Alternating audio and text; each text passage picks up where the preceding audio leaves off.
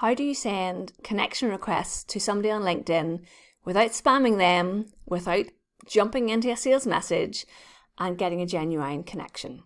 My name is Louise Brogan, and I teach people how to use LinkedIn for business. If you want leads coming into your business, into your inbox pretty much every day on LinkedIn, then stick with me and I will teach you how to use LinkedIn in a non-spammy way so that you can build a genuinely authentic network full of people who are interested in your products and services. Today, now hit subscribe so you don't miss any of these videos. We send out one every week which has tips and tricks and techniques and advice on how to use LinkedIn to really grow your business and your profile on this massively, fastly growing business-to-business networking site. All right, so what I'm going to do is I'm going to go straight to screen sharing on LinkedIn and teach you by showing you how to do this. So I'm going to show you how I would do something like this. And basically what we'll start with is finding who it is that you actually want to connect with on LinkedIn, first of all. So one way I can do this is if I go to my profile. Now I do have LinkedIn Premium at the moment, which means that I can see who's viewed my profile. But if you've got somebody who's commenting on your content, who's not in your connection, this is another way of doing it. But you want to find people to connect with who are actually of interest to you. So I'm going to scroll down through my profile to my dashboard, click on who's viewed your profile, and I'm going to scroll down here and I am going to have a look. So these are first level connections of mine already. And there is Paul, who's creating video content, and then we have Lee Strong. So Lee has looked at my profile and I think I'm going to reach out to connect with him. So let's have a look at Lee. Reach out and make someone feel good about themselves today. Okay, Lee, that sounds good to me. But also, he's the kind of person that I want to have in my network. Time to do what you love. He's a podcaster. And if I scroll down, I can see that he is connected to a good connection of mine, and that is Tom Martin. So let's have a look at Lee's profile. Okay, he could do with a little bit of help with his about section, but that's okay. And also look, he likes collaboration. That's my kind of person. So let's send, now if you're on mobile, you need to click you go to your more button and you'd personalize the invite. But with Lee, what I'm going to do is click connect. It pops up and says add a note. So always add a note when you're connecting with someone. Hi Lee, I came across your profile when I was looking at my dashboard. We are both connected to a good friend of mine, Tom Martin, and I thought as a fellow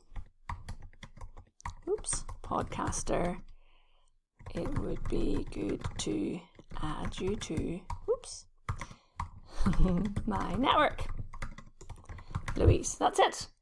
So sending a personalized note to somebody, you're far more likely to get them connecting with you in response.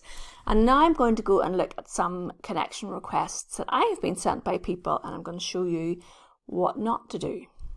So here is a real life example of a connection request that I did not accept. So you can really work out if someone is going to launch straight into selling. And I'm going to show you another example where you just wouldn't immediately not accept.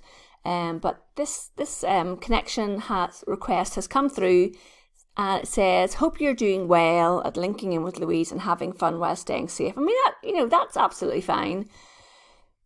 But when you look at their job title, they are a web agency developing websites for your business. And I'm pretty sure not having any connection with this person or having any previous engagement or any kind of conversational posts, this is probably coming from, I wouldn't say, I'm not accusing people of using bots, but it's not really a genuine message like the one I have just created myself. So I would say this is probably being copied and pasted and sent to several people. So it's not one that I'm interested in. Now, saying that might not be a fair reflection of this person who sent me this message, but having learned by previous example, it's It's quite likely, but I'm not really interested in a new website or working with an agency. And I'll show you another example now. Another example of someone who sent me a connection request that I automatically accepted, because if you look at it, so Izzy is doing bespoke dream holidays for business professionals. I'm not in the market to buy, although it would be amazing if I was, but I'm not in the market to buy a lovely sunny dream holiday or a cruise or going skiing. So what does Izzy say? She says, "Hi, just watched your live on Small Business Saturday," which is over on Facebook. "Wanted to connect and follow what you're up to." Of course I'm accepting that one. So if we look and see, I said, "Hi, lovely to connect." And then I just talked about her headline because it jumped out at me genuinely. That was another reason I connected with her. And she says, "I'm working through the profile and messages I'm sending out this year." Well, we can tell Izzy because you're doing a great job. And this is another connection request that I got from somebody where they are cold calling me, basically. This is from 2019. It's really interesting because when I went to look for some examples, most of my inbox messages are actually not like this at all. So I don't have lots of really bad examples to show you. But this global sales director for a art-based firm has sent me a cold connection request, and I'm just going to scroll down further for you. So the message is so out of context for me. I'm a LinkedIn consultant. I do have children, but that's not obvious from my LinkedIn profile because I keep my kids off social media. But greetings from person's name. We all know how important play is to a child's development, da da da da da. And then they go on to send me 6 images of their product. So I did not accept this person's connection request. And I'd be amazed if they actually got any business as a result of this approach.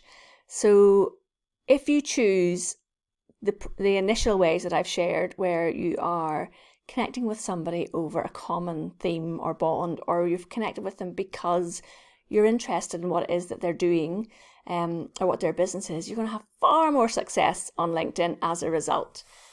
If you are in sales and you've been told that you need to hit your sales target and you've got a connection target for LinkedIn, then let's have a look at how we can filter our search on LinkedIn in our next video. So make sure you've subscribed, and I will create a video for you on how to filter without using the paid profile account directly on the LinkedIn dashboard, and you can find the people that you're trying to connect with, and then you can send them genuine connection requests. And this copy and paste style here is not going to work for you. If you have to connect, if you've been told you must connect with 20 people a day and you don't want to have to go and find something personal about each of those people, there are other messages that you can send that can actually create connection with the person you're connecting with without being spammy.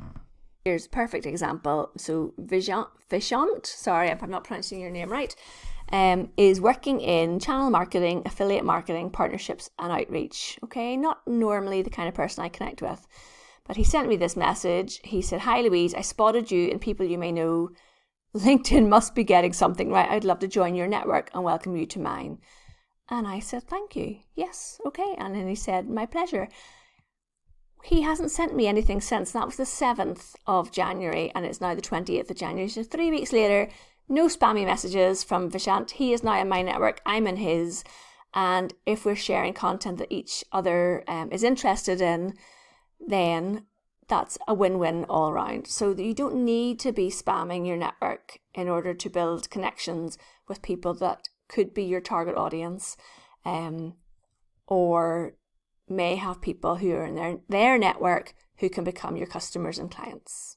So what are you going to choose? Are you going to send the same spammy message to 100 people in the hope that one of them lands? Or are you going to think about why you're connecting with somebody and send them a message to say why, so then you can start a conversation with them? Next week, I'm going to have the video all about how to use the filter on LinkedIn to find the people that you really need to find. and look forward to sharing that with you. Comment below and let me know what you think about how are you connecting with people on LinkedIn.